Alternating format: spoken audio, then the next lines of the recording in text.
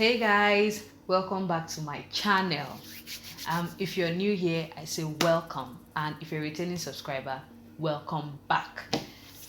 So today I just want to share with us what I think of something I saw a few days back. Yeah, the okay of last weekend, the new Olu of Warri ascended the throne, right? Yeah, so it was quite glorious. It was quite a beautiful ceremony.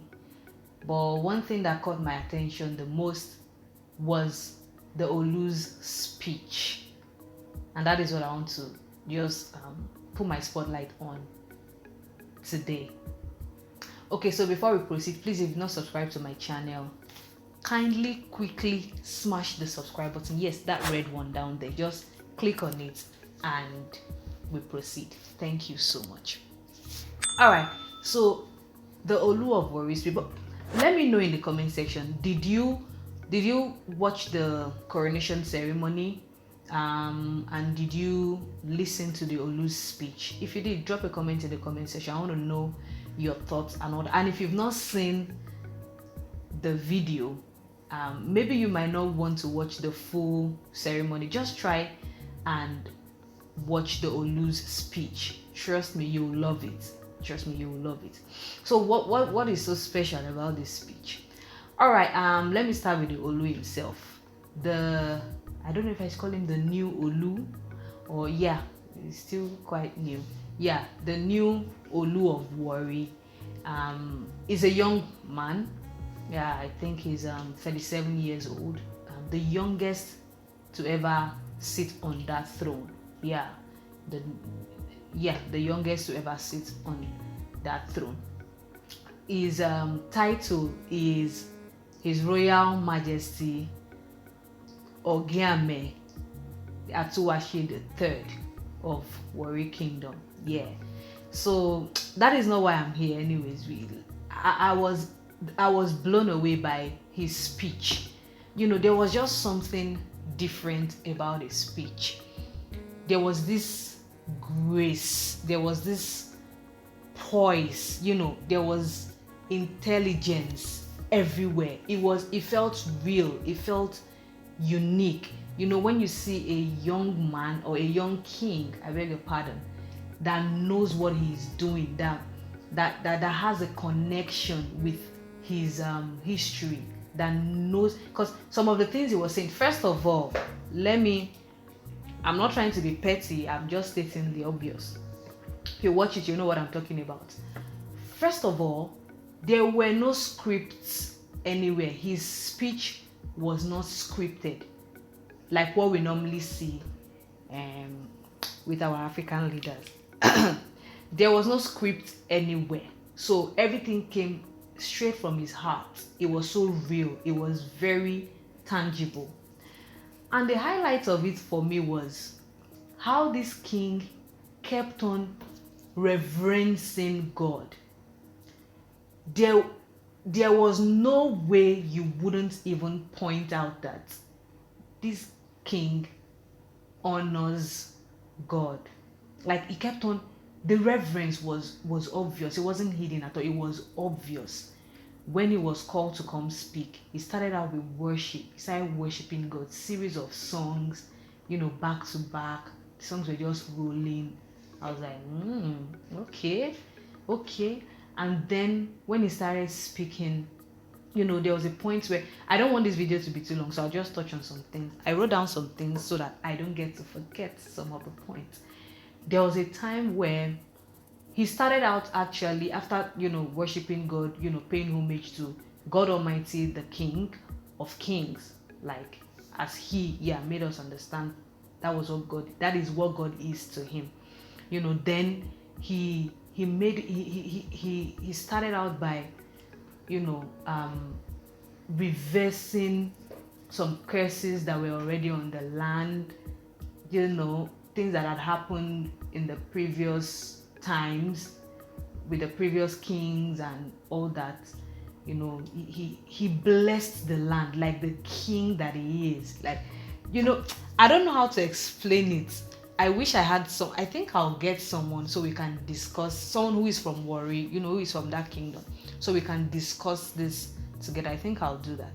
Yeah, there was this, he owned the day. He understood that he is now a king, and he spoke like a king. He blessed the land. He reversed the curses on the land, in his kingdom. He blessed the people, and then he acknowledged women. I loved when he was talking about his mother and his wife. Ooh, it was so beautiful how he appreciated and honored his mom, and then his mom, who is now the king's mother, and then how he appreciated his wife, who is now the queen, of course. He started out by saying, I want to appreciate the two most important women in my life. I was like, oh, that's so okay. I'm not being dramatic, but you should see the speech. Yeah. And then he went on to recognize the women in the kingdom. He said, before now, paraphrasing anyways, he said before now, women were not really, acknowledged, something like that. But he made a statement.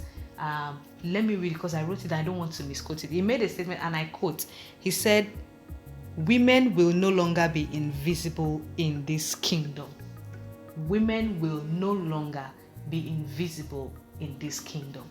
Meaning that women will be empowered, women will be given their space, their role to function, and women will be appreciated. This is a king that understands the importance and the value of womanhood, and that, for me, he has earned my respect. That's check. And also, he made it known, he blessed the land, like I said earlier, and then he made a statement that I would like to read.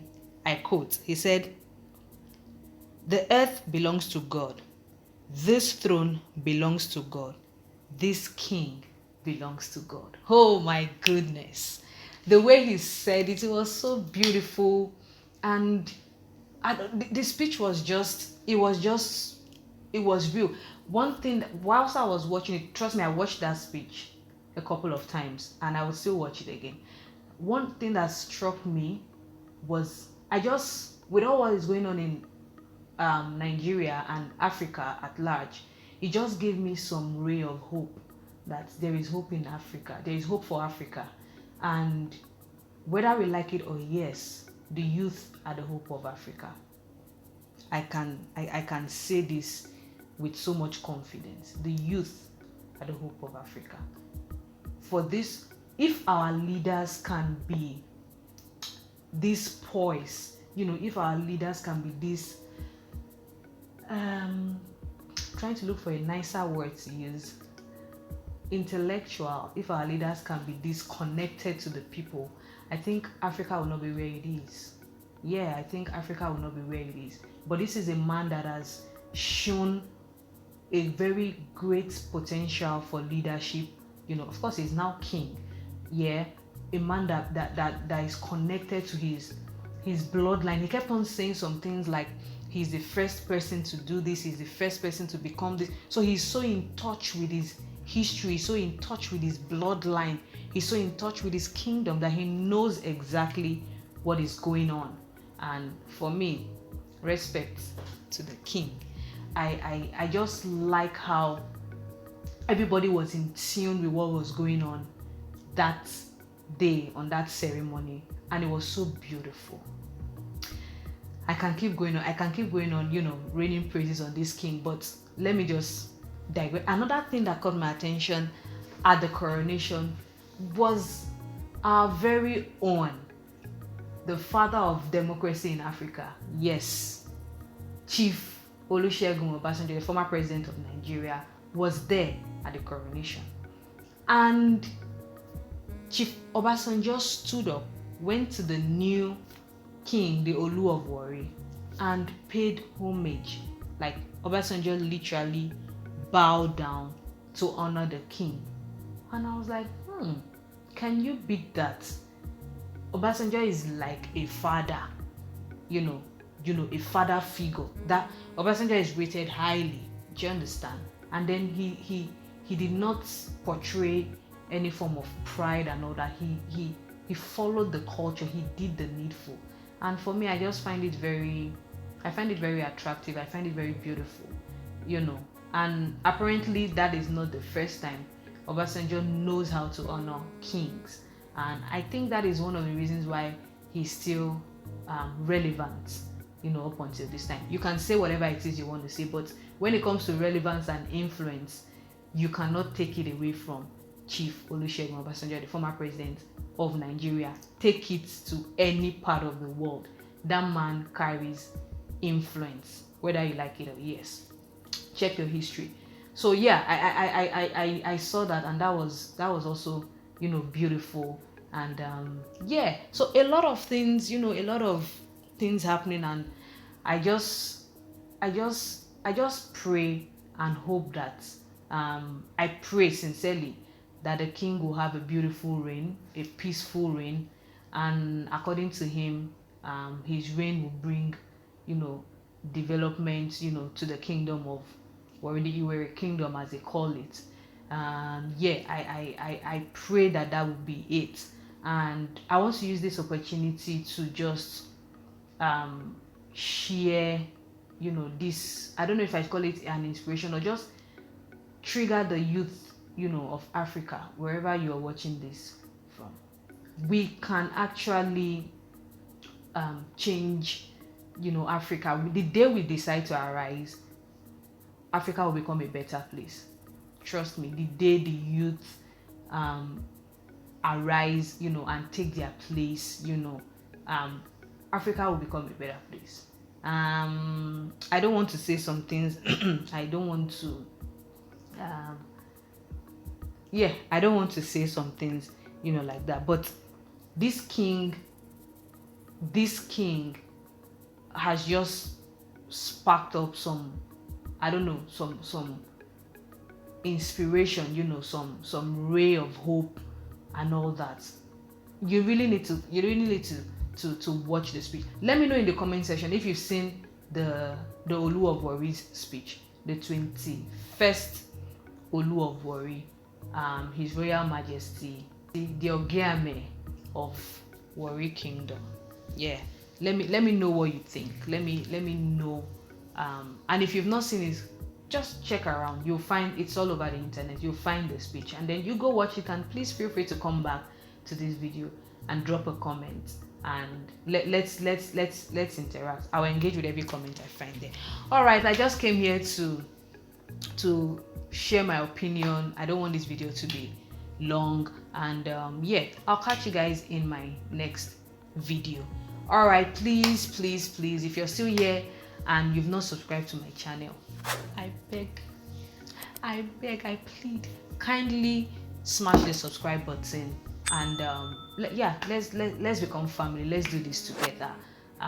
Thank you so much. I really appreciate it. All right, till I come your way the next one, be good, be you, grow, evolve, become the better version of yourself, and I'll catch you.